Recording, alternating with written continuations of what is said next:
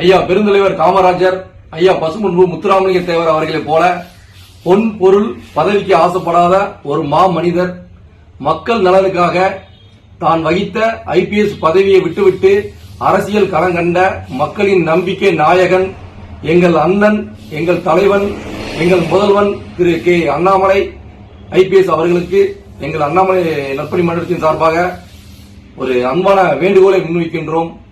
அண்ணா, நீங்கள் வருகின்ற சட்டமன்ற தேர்தலில் 234 தொகுதியில எந்த தொகுதியில நீங்க நிக்கணும்னு விருப்பப்பட்டாலும் அந்த தொகுதியில நீங்க நில்லுங்க. எந்த ஒரு அரசியல் கட்சியின் ஆதரவு இல்லாமல் உங்களைப் போல மக்களையும் மண்ணையும் நேசிக்கக்கூடிய பல லட்ச தொண்டர்கள் உங்களை அதிக வாக்கு வித்தியாசத்தில் வெற்றி பெற செய்வதற்கு நாங்கள் தயாராக இருக்கிறோம். நீங்கள் மக்களுக்காக உழைத்த உழைப்பு ஒருபோது வீண் போகாது. அதற்கு உங்களுக்கான அங்கீகாரத்தை வழங்க நாங்கள் கடமைப்பட்டிருக்கிறோம் அண்ணா. அதனால கண்டிப்பா இந்த தேர்தல் களத்தில் நீங்க நிக்கணும்னு உங்களை பணிவன்புடன் நாங்கள் கேட்டுக்கொள்கிறோம் அண்ணா. நன்றி, வணக்கம். மாநில, மாவட்ட, ஒன்றிய கிளை நிர்வாகிகள் அனைவருக்கும் வணக்கம்.